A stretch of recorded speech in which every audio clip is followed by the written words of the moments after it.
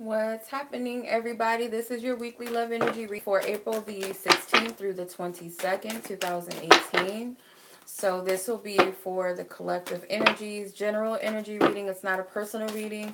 You know that it's for you by the way that it feels. So if it's not for you, if it doesn't make sense, it doesn't resonate, don't force it and try to make it make sense or resonate with you.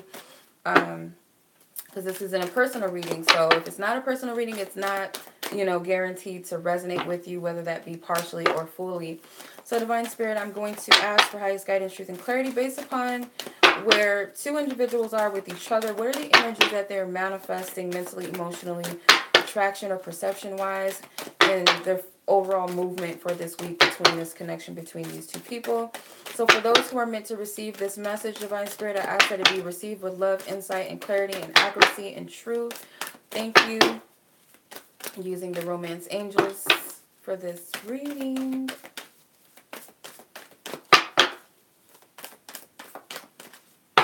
Okay.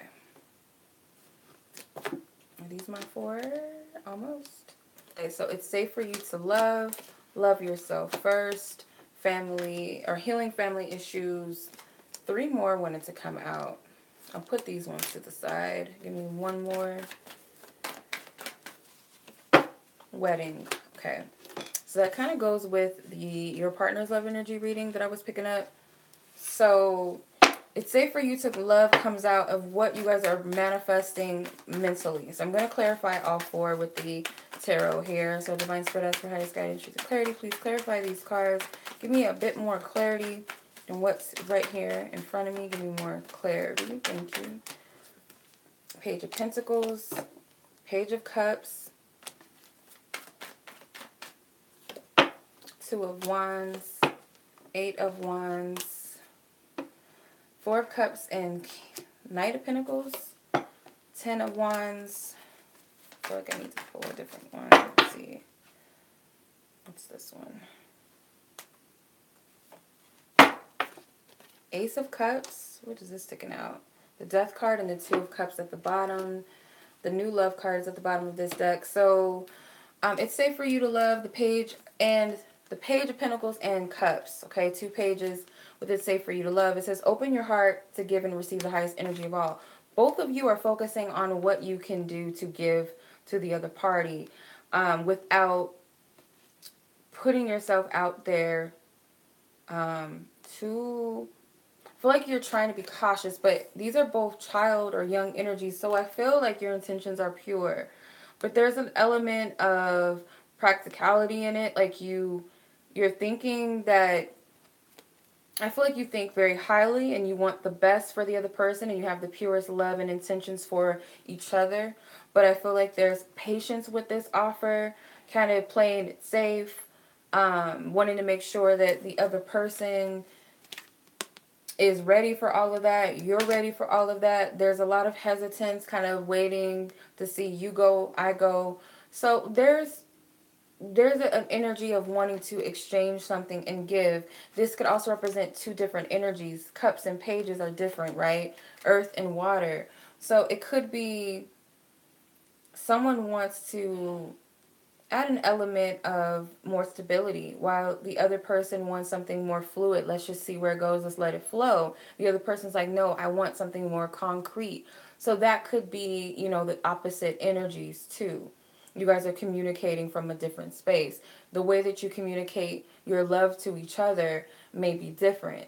How you express your love, what you do for love may be very different from each other. But I feel like you guys trust one another in spite of those differences, though. Or at least there's a wanting to trust or willing to trust this person a bit more or trust the situation more. Emotionally, what you're creating is love yourself first. Eight of Wands and Two of Wands. Says your self-respect makes you romantically attractive.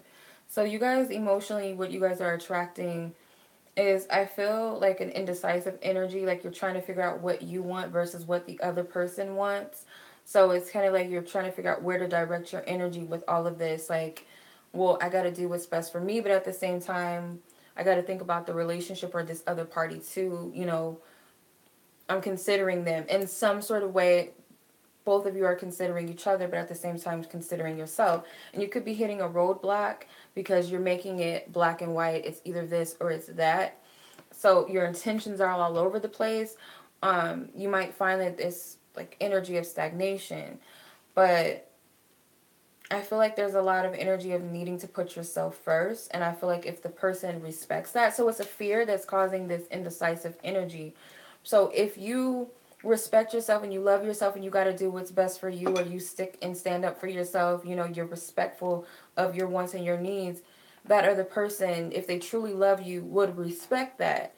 But I feel like it's this fear that if I do stand up and I say what I need to say, that they're not going to respect you, that they're not going to understand, that they're going to leave you. And I feel like it's a codependent energy that's being triggered in relations to all of this. So I feel like it's also a test of wills. That's what I heard. Tests of wills.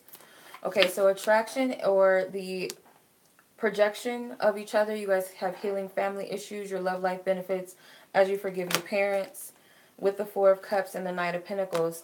So you guys might feel like you guys have some issues with your childhood.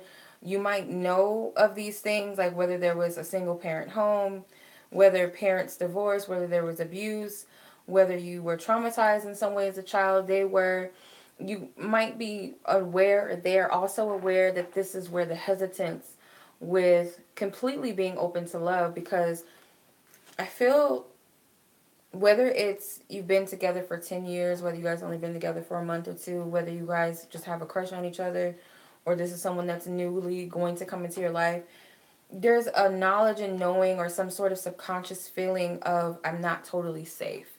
And it's because you've gone through something as a child and so have they. So there's this energy of I'm only going to put out a little bit of effort because I'm afraid to go all in, because I'm afraid of falling on my ass, or I'm afraid of something that happened to me as a child being repeated in a different way. So my dad left my mom, so I'm afraid that if I love this person, they're going to do the same. They're going to leave me.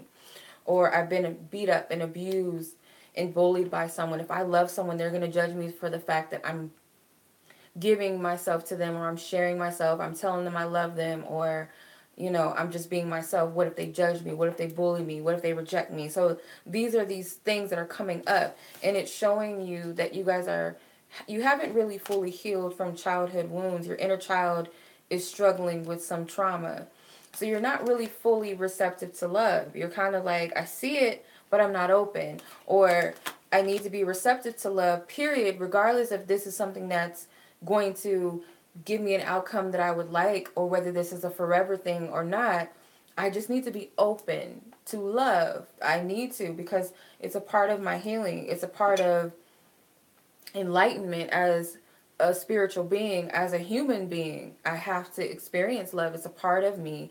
I would be denying myself if I just didn't feel anything. It's a part of feeling. It's a part of human emotion and an experience.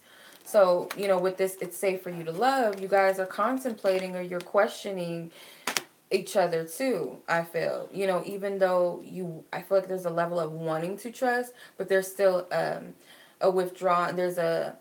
I don't know, because this person is showing something different from what I'm used to. And that's another thing too.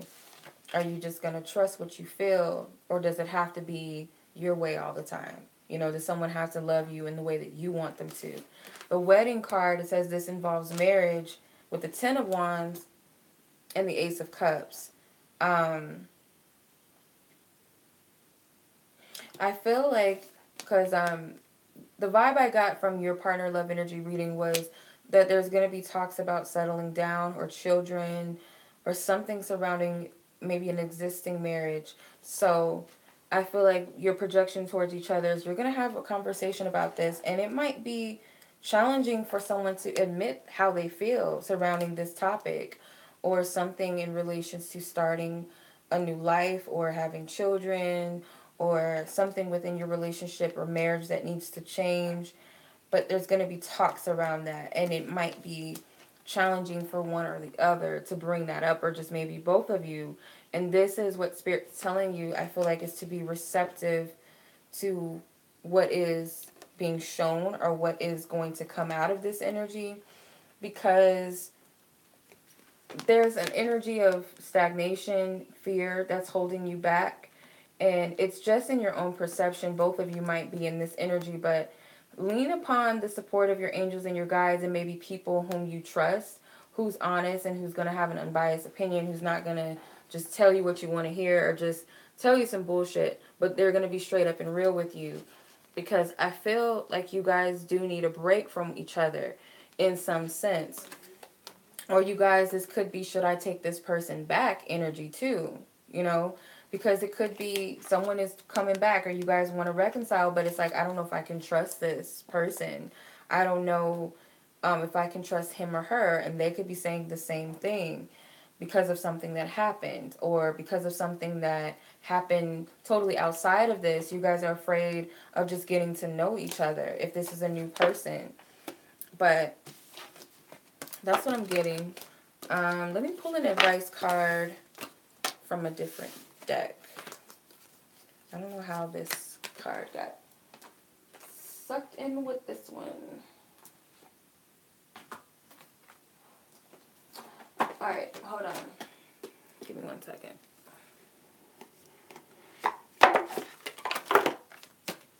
Alright.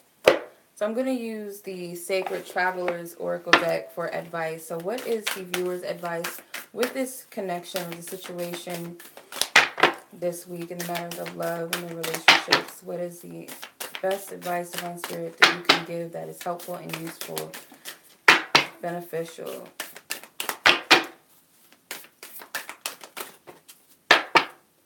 Okay. Grace and gratitude. Through gratitude, joy expands. So I'm going to read from the book. I've been picking that card out all day. This is a new deck for me, but that card has, it keeps coming out. So it says, a card meaning the secret to expanding joy is to cherish the preciousness of life and everyone and everything around you. It's simple, easy, and so very powerful. Be grateful for as much as you can. Thankfulness is a modern day alchemy. It can yield happiness, grace, and peace beyond imagination. The Sacred Traveler wants you to know the secret to a remarkable, fulfilling journey is to allow gratitude to flood you at every juncture. No matter what twists and turns there are in the road, whether you are comfortable or uncomfortable, whether you are confident or unsure, no matter what you're experiencing, even if your challenges seem unsurmountable, feeling grateful will ease any challenge, replace darkness with light, and allow and allow you to hear the chorus of the angels. Your entire life can transform Your entire life can transform when you take your time to fully, deeply, and profoundly allow the grace of gratitude to fill you. Okay? All right, so Spirit's saying to be grateful for every experience, even this one, even through its challenges. And it sounds so stupid, but it's like even in our biggest challenges and our most, our biggest trials and tribulations, when we get out of those energies, we see why we had to go through them. And I feel like Spirit's saying to be thankful for every experience, good or bad, like the card said, regardless, because everything has a purpose and a meaning at the end of the day. And I feel, let's say, for instance, you wanted to go to an event, okay? These are real life stories. Say you wanted to go to an event and you were so mad you didn't go, or you feel like, if I don't go to this, I'm going to be so mad, I'm going to be regretful, I'm going to be pissed off. But it's like Spirit just stops everything. Like your car doesn't work, you can't find a ride there, so you're just like, okay, I guess I'm stuck, I can't go, I'm mad at myself. But then you get all over social media, on the news, something bad happened. And that happened. It's happened to one of my boyfriends before. Like, there was a concert out here, and they were supposed to go, but they didn't go in, or something happened to where they didn't go in. And as soon as they got there, a shootout happened, and people got hurt. So it's kind of like Spirit saves you, even though they still went. But it's like Spirit warns us of certain things, and it might not be that dramatic. It could be as simple as, I gotta be with this person. I gotta be with this person. I want to be with them. And later on in life, you see, like, oh, what was I thinking? Or, like, why did I want to be with them? Or you learn something about them that they're not all that they seem. So you gotta thank Spirit for certain things that seemingly don't go well, but you also gotta be grateful for the things that are going well, even if it's not in relations to your situation. Just be thankful for the fact that you have food. Be thankful for the fact that you can hear. Anything. It's the littlest things, and when it happens to you, you're like, I took that for granted. It's so simple, like little things. You just take them for granted. um, People even. Thank you, Spirit, for bringing this person into my life, because they shown me beautiful things and they shown me some challenging things. But you know what? They taught me valuable lessons. They've helped me. This experience helped me. I feel like it will put everything into perspective, and it'll also help you to kind of trust yourself more and just go with the flow of everything and not be so worried about the future and the what ifs. And that takes practice. It's not easy. Like, I'm not even saying it from a place of like a guru or a master at it, because it's something I still struggle with. And that card keeps coming out for me, like personally, because I pulled like different things, and that same card keeps coming out. And I feel like Spirit's trying to get my attention with that card too. So it's something that I'm working on. We all are. We never are fully like, I got it all figured out. We never are there like that. But yeah, so much love to you guys. I hope that this reading resonates. If you guys would like a soul connection reading or any other love reading or any other reading period, just make sure you check out my website. Link is in the description box below. I don't know if I mentioned it already. I feel like I did, but I don't think so. Website, check out in the description box. Be sure to sign up in order to purchase a reading. If you guys want something within a quicker time frame, emergency readings are available within 24 hours of purchase. If you guys want a quick energy mini reading with me, quick question reading, hit me up on Instantgo, which is a mobile app for iPhone users only for now. If you guys want to follow me on social media, that too will be in the description box. Those of you who are Aries sun signs, or you guys know an Aries sun sign, hook them up or hook yourself up with a birthday reading for yourself. That is available now until April 20th, so that will be over soon. Tauruses, your birthday reading will be coming out very soon this week, so be on the lookout for that. Much love. See you guys next week. Peace.